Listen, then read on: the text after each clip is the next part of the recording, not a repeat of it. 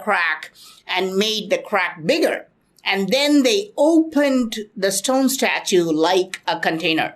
Inside is a large rectangular hole which had a strange gel-like substance, almost like wet silica gel. You can see how archaeologists are taking a small sample out of it and are trying to figure out what it is.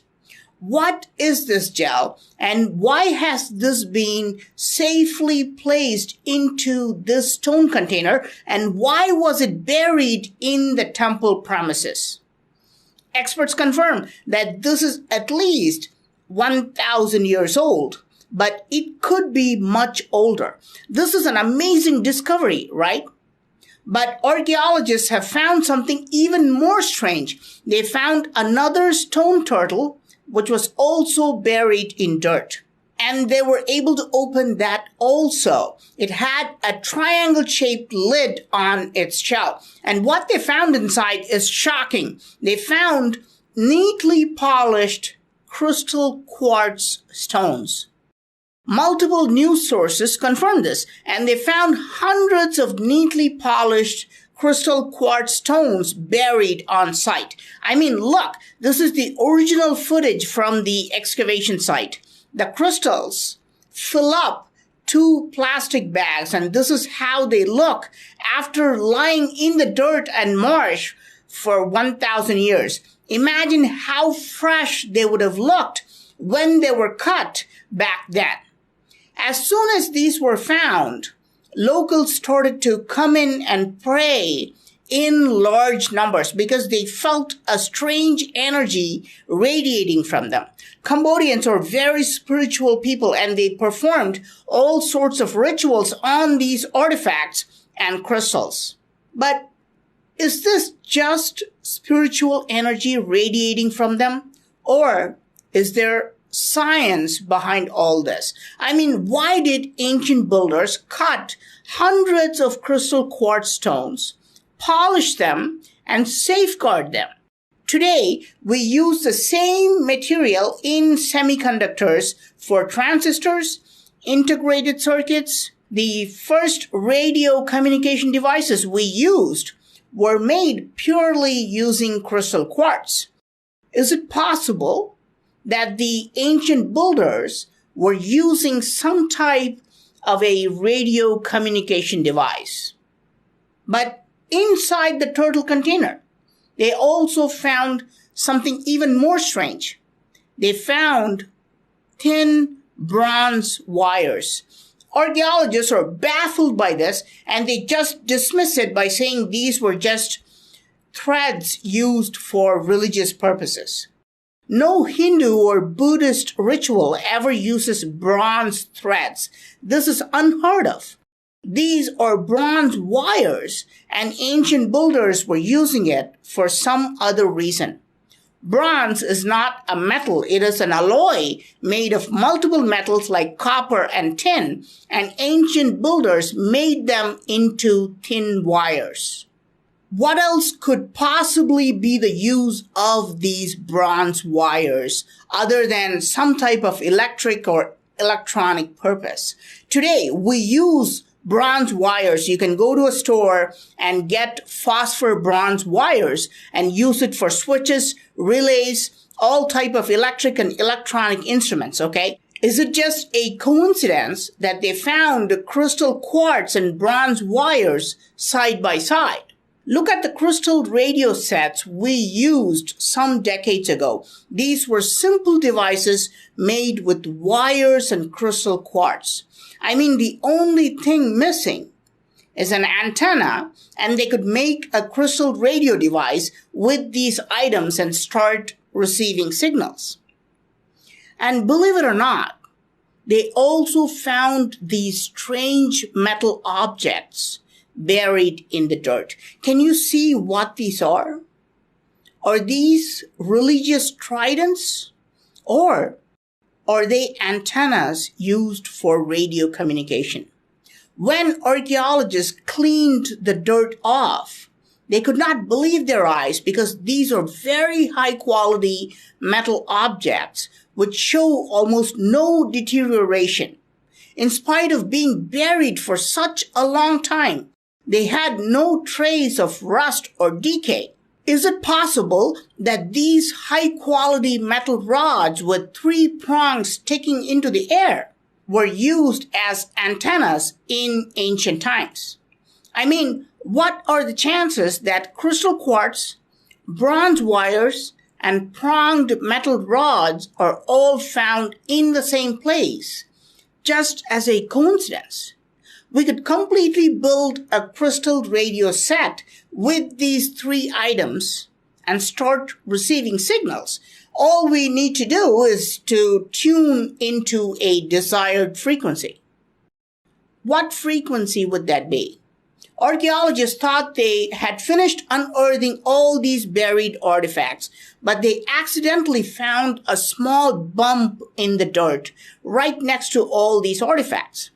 They started to excavate this carefully, and they found a giant stone statue. Can you guess what this is? It's partially destroyed, but on the stone there is a weird carving of a circle with geometric patterns embedded inside. This is bizarre because it resembles a frequency. Today, we are able to convert frequencies into visuals. Any specific frequency that we tune into can be depicted as a visual, and they almost always look like these circular patterns with geometric shapes inside. And this stone artifact, which is a broken naga, shows exactly that, a specific frequency. I have shown you these frequencies before and how they're connected to the nagas. Today, we use radio tuners to tune into a specific frequency to listen to our favorite radio station.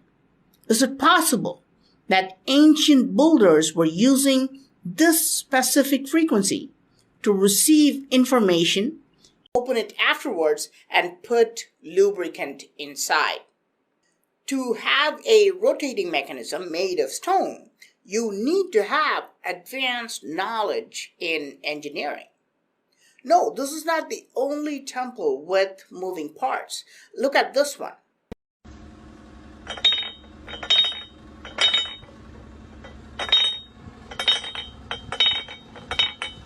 Here's a column which has small holes through which you can insert your finger. Inside, there is a ball, a stone ball, and you can move it up and down. Of course, you cannot pull the ball out through these tiny holes. You can only move it inside the hollow column. How was the ball put inside in the first place? If you claim this is carved, how did they manage to scoop out the rock which was inside through these small holes? There's another ancient temple in a place called Uttarakosamangai. This is at least 1,200 years old. There is a ball inside a lion's mouth. You can roll the ball, you can rotate it, but you cannot pull it out of the lion's mouth. What's more bizarre? The lion is made of solid granite, but the ball inside is made of a type of rock called onyx. So how is this ball put inside the lion's mouth, and why are we not able to pull this ball out? More and more young people are becoming interested in Indian temples, and they're sending me incredible videos to my email. Here's a snake's mouth wide open, and the mouth is held open because Lord Vishnu's conch shell is placed between its upper and lower jaw. But you can rotate this conch. It spins very well, much better than some modern rotating devices. But the real question is, why were these moving parts set up in temples? Some say that if you move these parts in a certain rhythm, in a certain order, or a certain speed, secret chambers can be opened which are hiding in plain sight. Now, what do I mean by heritage site of Hampi? This is a gigantic stone chariot standing about 15 feet tall and 10 feet wide and weighs more than 120 tons. It is so awe-inspiring, it's even printed on Indian money. Even by conservative archaeological accounts, it was built at least 500 years ago. But in spite of being very popular among tourists, this chariot remains shrouded in mystery. Google and Wikipedia give blatantly false information. For example, Google calls this a monolithic chariot. If you examine the structure, you realize it's not monolithic at all. It is not made of one stone. Look at how each wheel is made of a separate stone block, and they're set up on the axles like a real working chariot. The chariot appears to be not built as a decorative or religious structure. Rather, it is built like a real vehicle made of several parts which are assembled together. I know this is a weird question to ask, but is it possible that this chariot has moving parts? When I examined the wheels and axles, I found exactly what I was looking for. You see these marks? These are caused by friction. When something moves, two pieces rub against each other. These marks are created because of wear and tear. This is clear proof that these wheels rotated. The wheels rubbed against the quote-unquote mudguards, just like what you would find in a modern-day vehicle. But today, we're not able to rotate the wheels. Why? A quick internet search showed me that visitors kept moving the wheels and damaged them in 2011. So the authorities now put concrete at the base of the wheels and made them immovable. But why were the wheels originally designed for rotation? To move the entire 120-ton chariot? No, these wheels cannot handle such a weight. Locals say that every year on a certain date, the main idol of this temple would be placed inside this chariot. And when people rotated the wheels in a certain speed, the dark chamber inside the chariot would brighten up and illuminate the idol. Of course, this sounds like magic, but magic is just another name for advanced technology. Are we talking about a glowing light source here? More specifically, are we talking about an ancient dynamo mechanism? Today, we can spin a wheel and can light up a light bulb. We generate electricity by spinning a wheel. This is a simple electric generator we use even when pedaling a bicycle. Were ancient Indian builders using electricity the same way?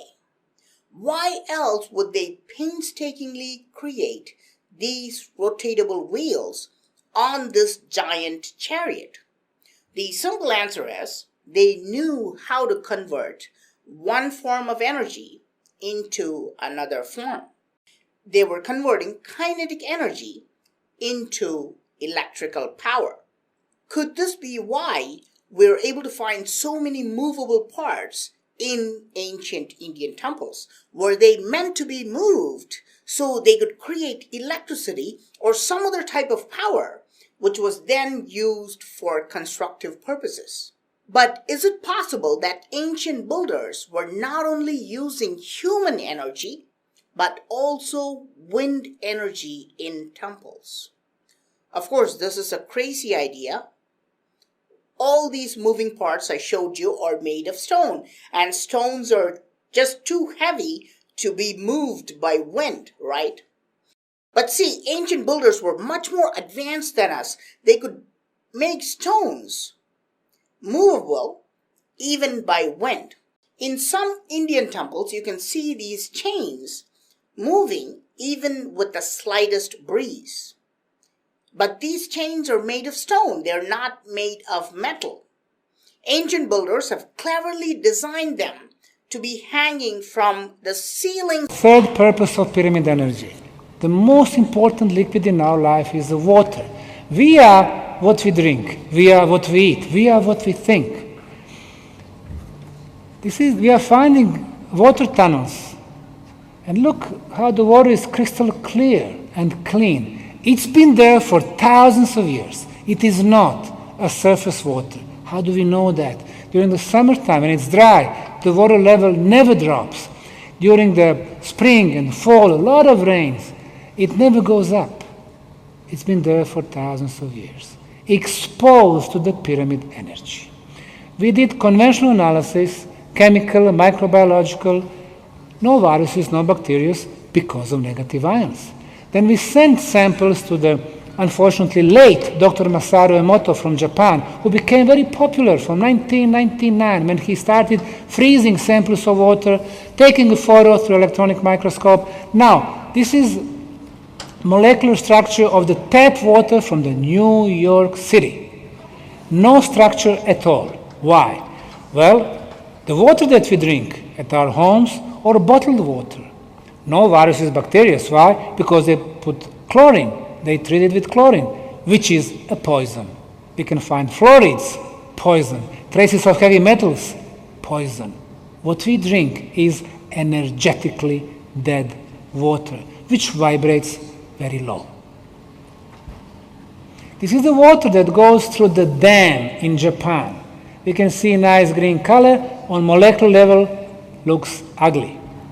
This is the water from bottom left, largest freshwater lake in Japan, Lake Biwa, from satellite, looking beautiful, blue, but it's contaminated. On molecular level, looks real bad. This is the water, the city water, from the town of Visoko, where the pyramids are. But this is the city treated water. Look at it. Looks bad. We sent samples from our pyramid water through the post office. It was 6 years back when we could mail it through the post. Today you cannot do that no more. Liquid you cannot send. Well, it went through the X-rays and Röntgen machines at the airport. They sent us results. Still, it remained a beautiful hexagonal in shape. Why hexagonal? The most powerful geometrical shape of all sacred geometry shapes. And beautiful crystal-like structure, like a Christmas tree. This is energetically alive water. It vibrates high. When we are upset, when we hate, when we are violent, we vibrate very low. When we have love for the whole world, we vibrate very high. Professor Korotkov took the pyramid water. To the left is before, excellent chakra balance, but rather small. And after he drank the water, you see how much bigger they became. The fourth chakra, the heart chakra, sharing the love, it went to the extrovert side. Red. This is a subject that we expose to the measurement called GDV camera, gas discharge visualization camera. Red, this is energy level, very low. Then coming to the pyramids, first the blue one going to the tunnels. You see how much energy level went up? The green one, after drinking the water, went up again. And the brown one, after going to the top of the Bosnian pyramid of the sun. And the next level would be starting levitating, so we would need to find this person behind the clouds.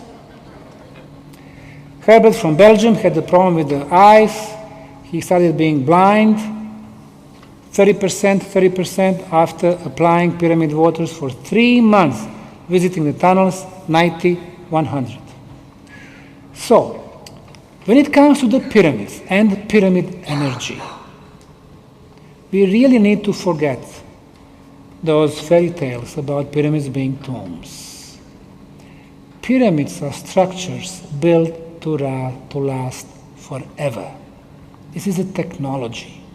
It's not of human origin. The oldest pyramids in the world are not rudimentary, inferior, but opposite. They are the biggest, superior, and the most advanced in China, Egypt, Bosnia, and Mexico. It's technology that's been brought to humanity. Humans were maybe there, just watching, sometimes maybe used to help during the construction process, or they simply witnessed everything. Did we learn anything from them? Okay. So, the first purpose of pyramid energy, communication on the long distances. Not AT&T long distance from Minnesota to Houston, but long cosmic distances.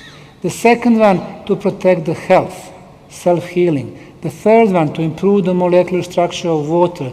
The fourth one, to improve the molecular structure of food. Last year we did experiment with the seeds of beans. We placed some of them in the tunnels on the pyramid and control group. After 2 weeks, we were checking the germinization process. The control group from the store, 60% of the seeds started growing. The one that was exposed to the pyramid energy, 100%. These are experiments that we've performed. So, and when we planted them, the pyramid beans like this, control group like that. It affects the food. It affects our auric field. It affects our chakras, bringing them to balance, opening them up. It affects our spiritual senses, which we can use much more. It affects our immunity. It's good for anything and everything. And finally, and no matter how I look at it, how much research I do, I keep coming back to one guy that stands head and shoulders above all other researchers and inventors of, I don't know, for how many centuries. And that guy's name is Nikola Tesla. He says, if you want to find out the secrets of the universe, think in terms of energy, frequency, and vibration. That's exactly what I've been sharing with you here. Give the guys that teach us this to be smart, and they're not lying to us. We just accept the stuff. So what are the stone circles all about? By now you can see that clearly we're dealing with cymatic patterns. Very obvious we're dealing with cymatic patterns. That's what every stone circle is. It's just a representation of the sound frequency that comes out of the earth at that specific point. That's what this is all about. And some of these cymatic, like sand on a metal plate, but now these are stones, right? Some of the structures are actually very distinct magnetrons. And of those flower shapes, every time you see a flower-shaped stone circle, it means they actually built an ancient giant magnetron like this. Magnetrons that can cut metal in a split second. And I asked 2 magnetron scientists, how much energy would a magnetron 40 meters in diameter generate? Remember that a tiny magnetron can create so much energy in a laser beam that cuts metal in a split second. I mean, it literally just melts the metal. And the answer was that a magnetron that size would create more energy than all the power plants on Earth together combined. We have thousands of these magnetrons in Southern Africa, thousands of them. So these guys are generating so much energy, it's insane. And we know this because we measured it. We measured the sound frequencies, the electromagnetic fields, the loudness in decibels. And it's just insane what's coming out of these stone circles.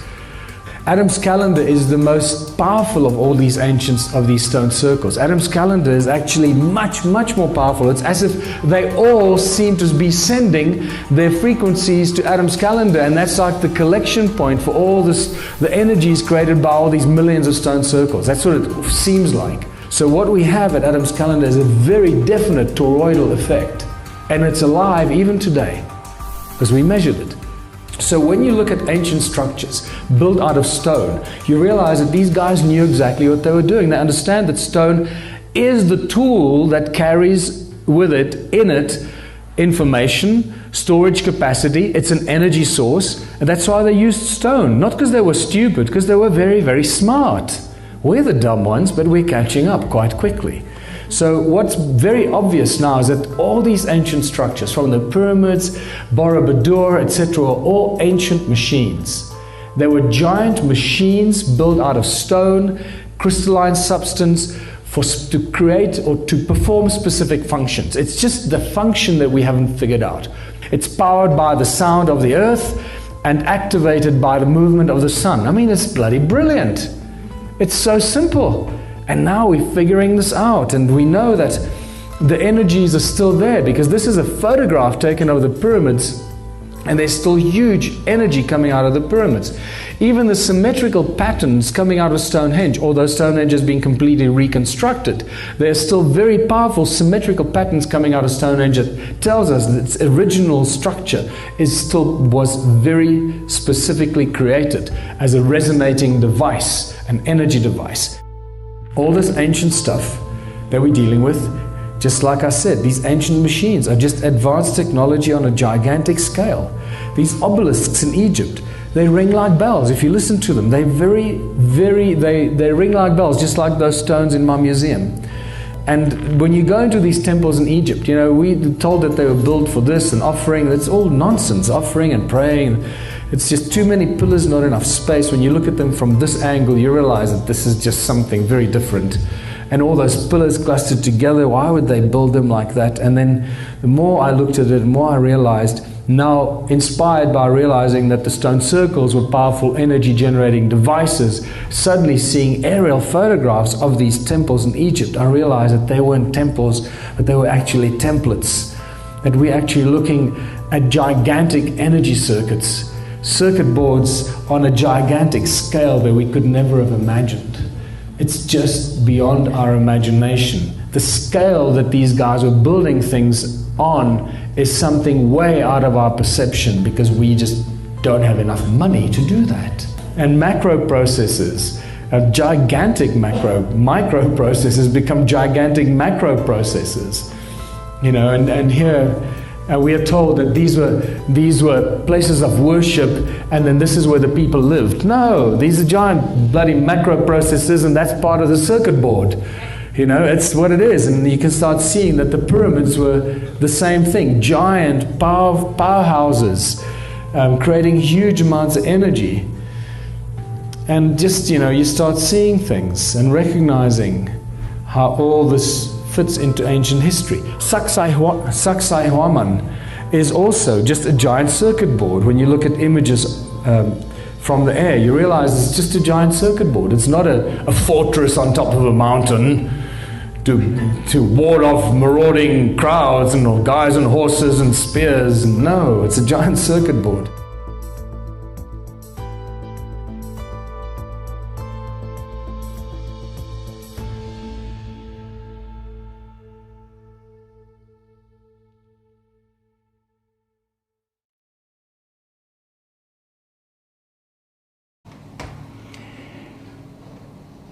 A Serbian engineer brought his equipment to measure extremely low frequencies.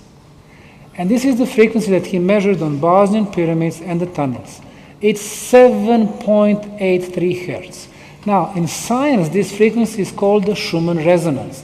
Until 1990, this was the only resonance for our planet. After that, we've been developing so much bad technology. Computers, laptops, cell phones, microwaves, TVs, American Project HARP, and so on. This energy has to go somewhere. This bad EM going to the ionosphere, putting the pressure on our mother planet. And she starting vibrating higher, 10 Hertz, 12 Hertz, 15 Hertz. We don't live in our natural energy field anymore. You go to non-scientific sites like Wikipedia, they will still say, no, it's impossible, it's always the same, 7.83. But in Finland, they've been measuring, in Russia, they've been measuring, in Bosnia, we've been measuring. It goes much higher than before. It creates very stressful environment around us because our body cells, they are born at 7.83 and they can recognize the difference. All Bosnian pyramids and tunnels, 7.83. You go there, you're going back to your balance. We are trying to find scientific explanation for what's going on in the tunnels, but always using science, not observation. Oh, it's good for you. It's a healing aspect. Tell me why. So, 7.83, very important element. The best electromagnetic field, the best ultrasound frequency, 28 kilohertz, levitation frequency. People feel light inside. And maybe the most important element, the negative ions, extra electrical charge in the air. Negative ions are good for us because they connect with the dust and the pollen in the air, so they clear the atmosphere. They raise the level of oxygen in our body. More oxygen, we can do more stuff. And they remove viruses and bacteria from our body. Well, in this conference room, when I started talking, an hour and a half ago, we had about 50 negative ions per cubic centimeter. When I finish my lecture, about 2 a.m., we're going to have 25 negative ions per cubic centimeter. But we go outside, 200, 300. We go to the mountains, 500, 1,000. You go to the Bosnian pyramid tunnels, 20,000, 30,000, 40,000, 60,000. A healing environment. Negative ions, benefits for us, relief from cough, relief from sinus infections, allergy, migraine, asthma, energy, physical endurance, arthritis pain, blood pressure, cholesterol, inflammations, insomnia, immunity, pH, and we have witnessed all of that. Because what we do there is a science. We heard our colleague from Egypt, he said, well, he heard about healing in Egyptian pyramids, temples. Well, we have measured. Unfortunately, they don't have access. Why? Because archaeologists and Egyptologists jealously guard their pyramids.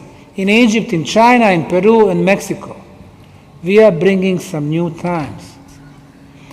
The next element, the cosmic radiations. We live on the surface of the planet and we love it. It's romantic for us, you know. Sun and the moon and the stars. But a lot of radiations coming our way. Some of them are harmful, attacking our body. Our body cells fight the enemies. In the Bosnian pyramid tunnels, no harmful cosmic radiation.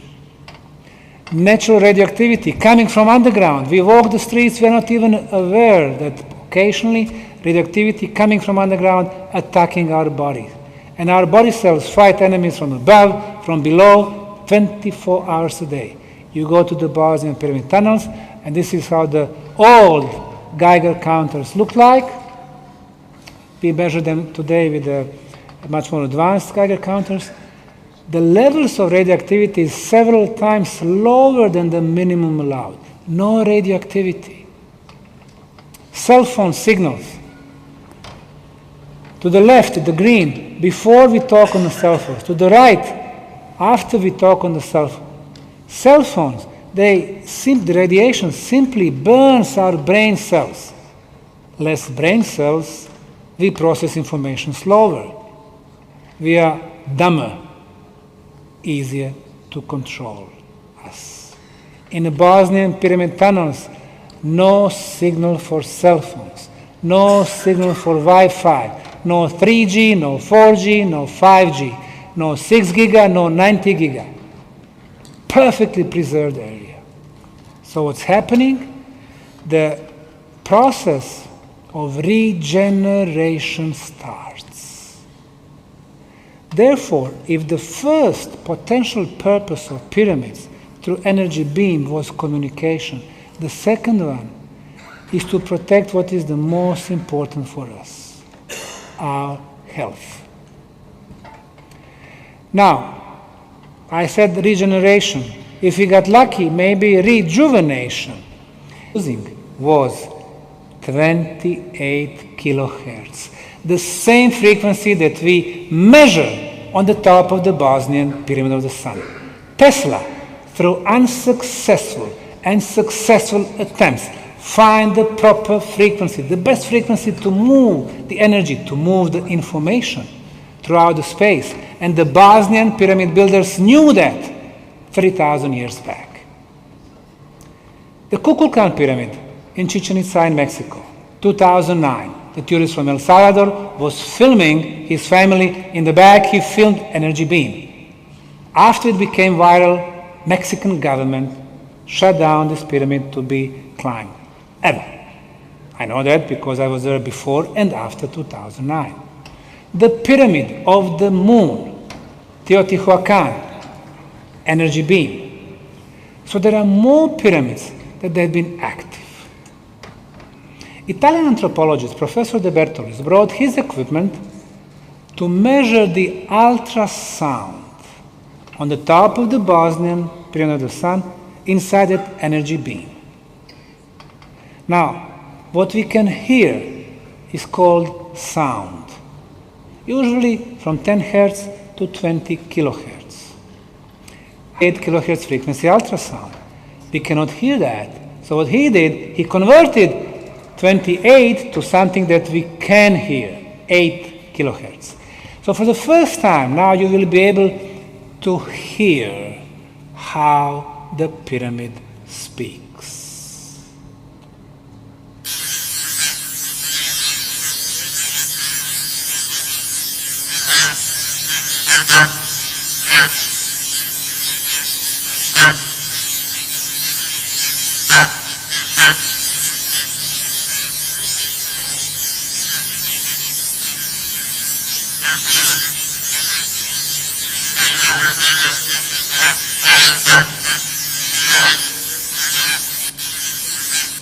Some proto-Bosnians are sending messages somewhere.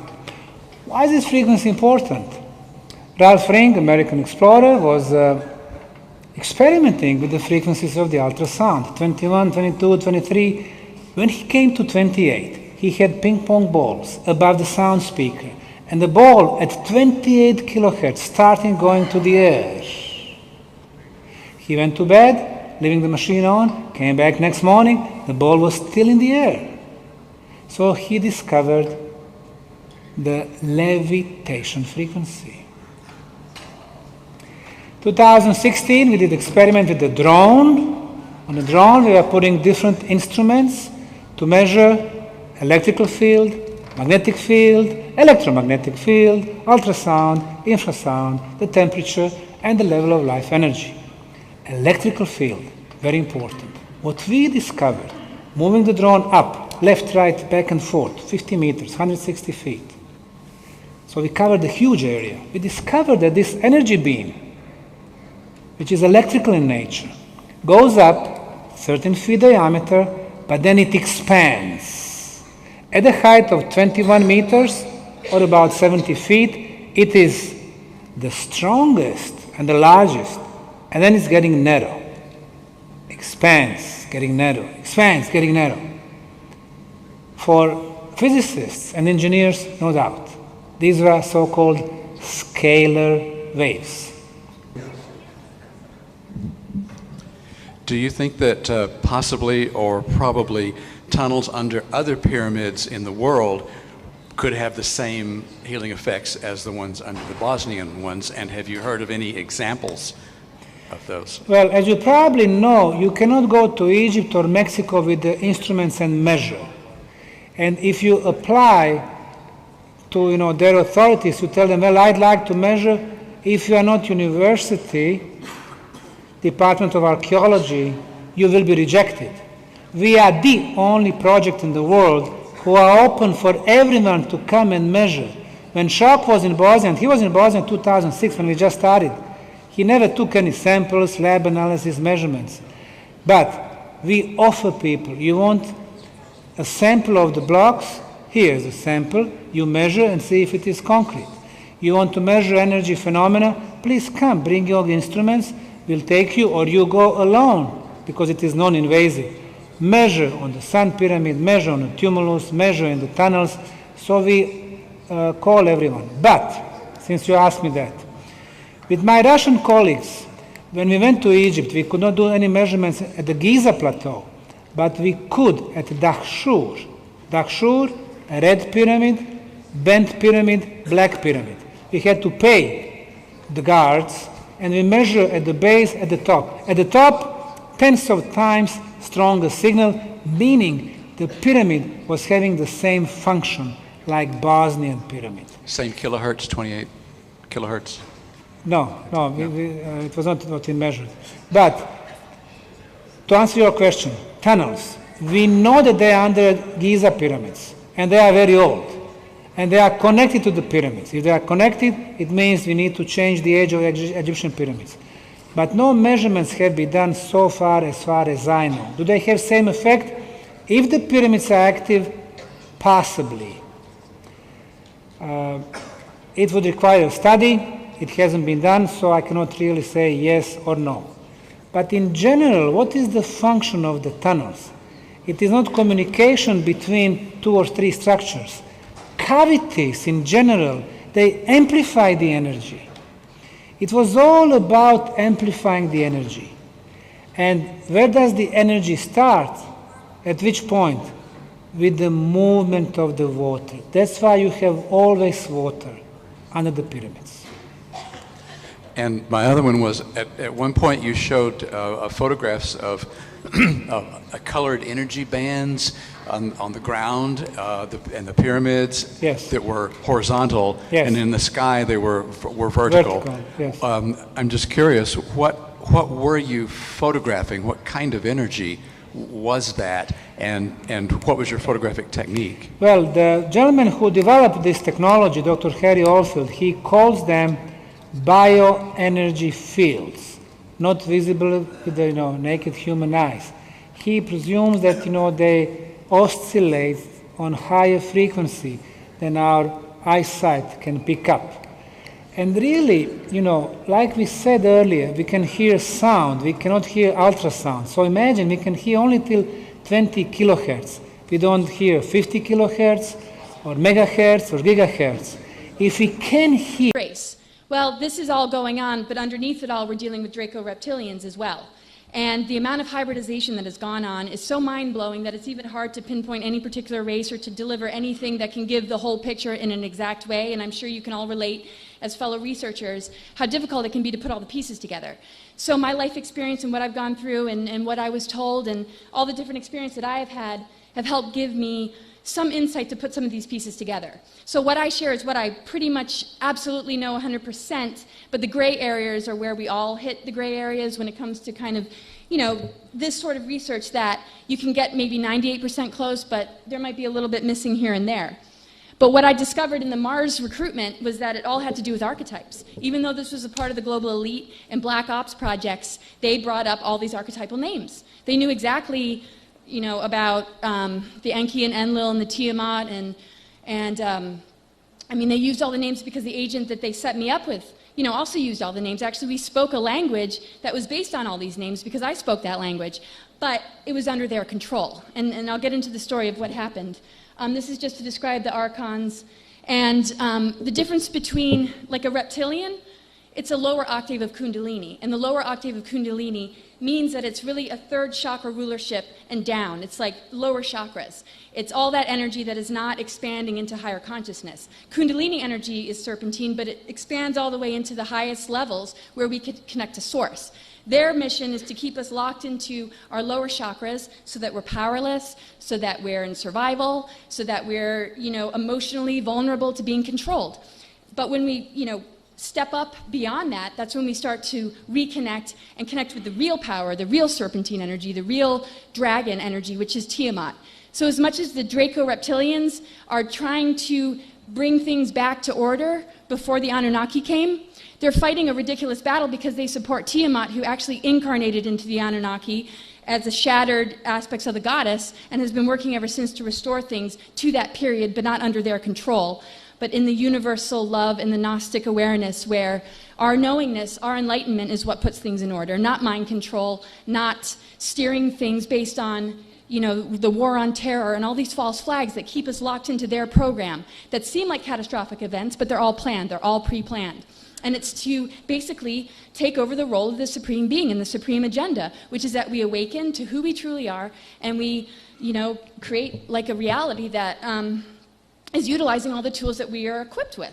And this is what the technological world does, is it mimics our natural abilities, and then it gives it to us like we need it. And this is what it's done to deities. The religions have, kind of guided us to worship rather than, realize that we are here to awaken the Christ consciousness, Sophia consciousness within. And so, I'm not here to, be all spiritual about everything, But this is what it comes down to when we're dealing with DNA and we're dealing with this agenda. The 11-strand DNA is what they want. That's the Antichrist DNA. And what it does is it puts our planet in the opposite orbit. It keeps us trapped in these time-control technologies and in this matrix where, yes, that is enslavement. But, what is enslavement? Our egos enslave us. We enslave ourselves all the time. This is not an outward battle. This is an inward battle. This is something we've inherited that we can deal with in our own lives and in our own consciousness. What we see in the larger stage are all the conditions that we can relate to in our inner life. And so what we see on the outside shouldn't intimidate us. It should just remind us, okay, well, where are we falling prey to that? Where do we live in duality? Where are we stuck in our lower chakras? And where do we buy into things that actually don't help us at all? There's something called the frequency barrier when everything got shaken up. And Tiamat had exploded and become the asteroid belt and split off and created the earth and the heavens. The thing with the consciousness of the goddess is she became the totality of our creation, which is the breath of life. She animates all of life. And so the lower god didn't want anybody to know about her and put a veil there. Actually, she put the veil there to put the spark in everybody, but he made sure that we'd be ignorant of her. The veil was there to protect us for so long while we're in these incarnations, but his job in his mind was to not allow us to understand what she was all about. So the kind of consolation prize was to mention her, the Mary Magdalene, the mother figure, maybe the Virgin Mary, but nothing close to what she really represents, nothing close to the totality of what it represents. And this is not about gender, this is not empowering, benevolent, and they're, energy streams that are similar and very connected to Kundalini. So when we're dealing with archons, which are the negative energies and the things that want control, they produce things called archons, which are connected to the lower extraterrestrial races and the lower sort of mentality of rulership and power and control. And the archons hate the higher energies. They hate the feminine energy. They hate the goddess energy because they know she can't be controlled. And as long as there's the earth and as long as there's the feminine, they have that challenge of dealing with a conscious, multidimensional planet that is capable of sustaining a lot of life and allowing that life to evolve into a high state of co-creation with source energy. And so there was a massive competition with the supreme being, the Christ Sophia consciousness, the masculine and feminine deities, but particularly the feminine. And this competition is what is basically the root of everything we're dealing with today. It's the idea that if Earth can assist in our evolution, if Gaia is really, this feminine energy that is nurturing and supportive and all about love, then where is there room to control and dominate? And this is where we understand chakras and where the chakra system was created, the archetypes and everything, which I'll get into. But this sort of level of competition is what we're dealing with. And it's the lower creator God. It's not of the higher order, but it's kind of like the lower ego nature, the lower male. And so this is the scenario that we're dealing with on the macro level when we're dealing with the government. We're dealing with governments that are under the control of very malevolent beings, but for us to truly relate to it, we need to understand ourselves and the fact that we're made up of everything in the cosmos, every being, every energy, and it's all within us to decide how we're going to work with it, what we're going to carry within ourselves, and how we choose to participate with this sort of thing that's happening. And the thing is, it's actually here to assist us. But because it's on a need-to-know basis, those that only need to know to be evil can't see the bigger picture. They're only fed the information of how they can control and what they need to do to create as much negative polarity as possible to keep the planet from having balance, because balance and unity does not allow predatory races to infiltrate. So the agenda was, okay, if Mother Earth or if the goddess can't be controlled, the only way that we can get to her is through her children, through humanity, through the beings that are on Earth. As long as we can fool them, then they won't connect to her, and then, the work is easy. And so this has been the agenda, is to completely change the way we perceive the feminine and to control humanity through that. And this is what is connected to our governments, this is what is connected to the treaties, but it's also part of the Draco-Reptilian agenda that basically stated that they were the first beings in the solar system and they are our true creators. And, they are connected to the ancient ones and to Tiamat, but what happened was there was a need to step in and intervene in order to create a scenario to allow humans to go through the cycle of zodiac and a certain level of incarnations to graduate to a level of ascension. And this rescue mission was put in place in order to protect humanity from complete and total takeover of the Draco reptilians. But in that attempt, the Anunnaki came about and brought in its own corruption on top of it, which is where the Yahweh, Jehovah, Old Testament comes in, and then how later on the global elite kind of pulled that in and became kind of a huge monster that we're dealing with. And this is all connected to, yes, treaties, the divine feminine, it's all connected. So back when all this was happening, as we hear about Tiamat or Maldek, we hear different things about Maldek and we hear different things about Tiamat. Most of the research out there is very contradictory. But we do know that there was a huge explosion that took place that really rattled everything in the cosmos. And this has to do with the fact that these fallen races were at war with each other. They've been at war with each other since the beginning, they still are. But the Tiamat energy produced the asteroid belt. Half of it became Earth and the rest of the heavens. And then the goddess energy morphed into the physical planet in order to keep that consciousness alive to assist us. And so found on the panel were activated, leaving sunk only a small area near the Rrethon mountain. A true manual. 16. A mysterious amphora. Behind the control panel there was a square pedestal, of about 3 meters, 9 feet 10 in, per side, on which a mysterious amphora was resting. Lord Massini had knowledge of its existence and, for him and his Masonic elite, this was the most important discovery. The amphora contained a very fine white powder. The researchers were dismayed to find that the powder was a high-purity formula of monatomic gold, with an unknown crystalline structure. The gold powder in its pure form greatly stimulates certain waves and energy exchanges at cellular and neural level. This causes an accelerated process of rejuvenation. Theoretically, a man can live in the same physical body for several thousand years, provided they consume from time to time a well-defined quantity of monatomic gold powder. This explains many puzzling aspects about the incredible longevity of some important figures and uncovers part of the hidden intentions of the global elite. 17. The real history of our planet. Behind the amphora, in the middle of the square, there was a huge dome that projected holograms. It displayed the main aspects of humanity's most distant past, from its very beginning. Caesar explained that according to the images projected by the hologram, about 90% of mankind's official history is false and counterfeit. Darwin's evolutionary theory is also incorrect. In the middle of the square is a huge dome which projects a hologram of moving parts. It contains the main aspects of the very distant past of humanity, from its very beginning. Caesar explained that according to the images projected by the hologram, Darwin's evolutionary theory is completely false. The true origin of man is depicted in a condensed holographic form. After these lessons of truth, we can say that 90% of the official history of mankind is false and counterfeit.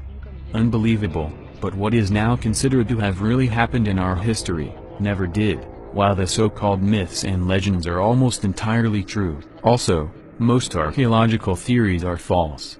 For example, the dinosaurs did not went extinct 65 million years ago, and the old continents of Lemuria and Atlantis existed. This strange inversion caused many problems and conflicts between people in our past.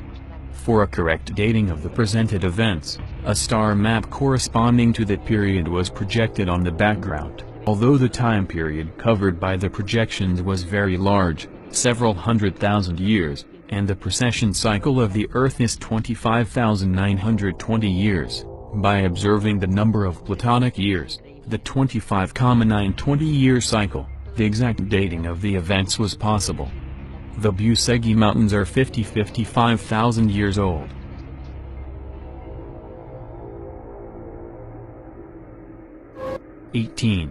Shocking revelations. Caesar saw what happened during the so-called Great Flood and where the human civilization originated, but he decided not to reveal this, as the revelations are too shocking for the mentality, ideas and knowledge of a contemporary man. Personally, I think people like him are also responsible for the current state of unawareness and latency of the human species. We have been lied and manipulated for millennia, and as soon as we are close to the truth, someone decides that we are not yet ready to hear it. This is an arrogant and selfish approach. The people are as ready today as they will ever be, and the sooner the truth will be released, the better. Having more pieces of the puzzle will make them accept the truth easier and, more importantly, will convince them to take action against the manipulators and enslavers. In a disturbing display of images, the existence of Jesus and his crucifixion was also presented. The projections revealed that many of those who witnessed the crucifixion came there from other historical periods.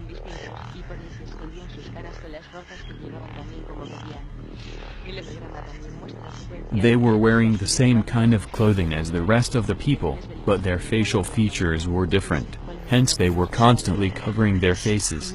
The hologram also presented fragments from the spiritual lives of other exceptional characters of mankind's distant past, including people that we know nothing of.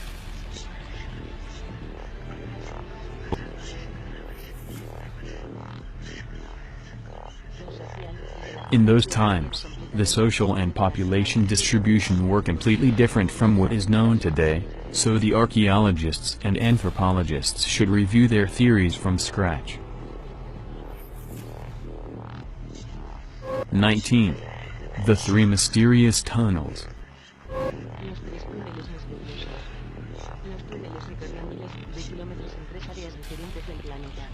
The discovered tunnels are thousands of miles in length and lead to 3 different areas of the planet. The one in the left connected the Romanian base to a yet-to-be-discovered underground base somewhere in Egypt, which was definitely discovered and explored by now. The right tunnel led to a similar but smaller structure, in the Tibetan Plateau. This tunnel had 3 secondary ramifications. One led to an underground area near the Romanian city of Buzău, close to the Carpathian Bend. Another one led to the already mentioned Iraqi base, while the final ramification led to an underground base in the Gobi Desert, in Mongolia. 20. The Third Tunnel, A Secret World.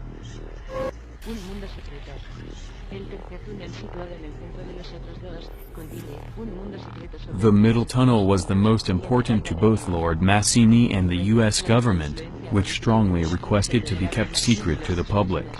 This tunnel descended to extreme depths towards a veritable underground world, located near the center of our planet.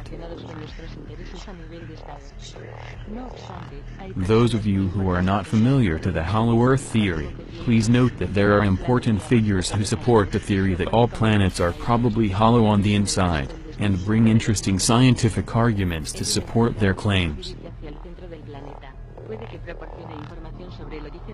Also, there are some very interesting and beautiful stories about people who allegedly traveled to this world. The realm is commonly known as Agartha, and the third tunnel was probably leading straight to it. It only makes sense that the Shadow Elite were not interested to make the discovery known to the people. Intense preparations begun for expeditions inside all 3 tunnels, as following: the first one to Egypt, the second to Tibet, and the third one to Earth's core. Summary of events from the book, Vitarku Cap de Mort, by Radu Sinamar, the pen name for an undisclosed writer, which in my opinion, is none.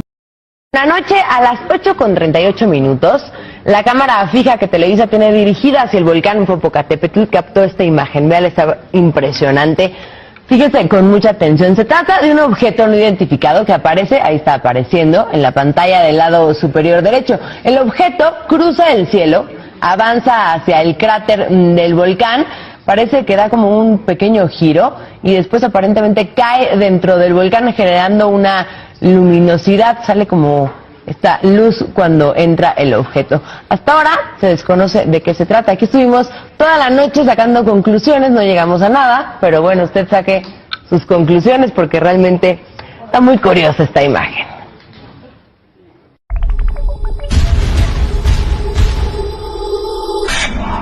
Weird World TV. Popocatépetl llevaba varios días tranquilos hasta ayer por la tarde cuando registró una fuerte exhalación. Pero tras la exhalación se registró algo que no sé qué sea, no sé cómo explicarlo. Vamos a verlo juntos. Miren lo que cae en el cráter. Esta es la exhalación y luego es esto.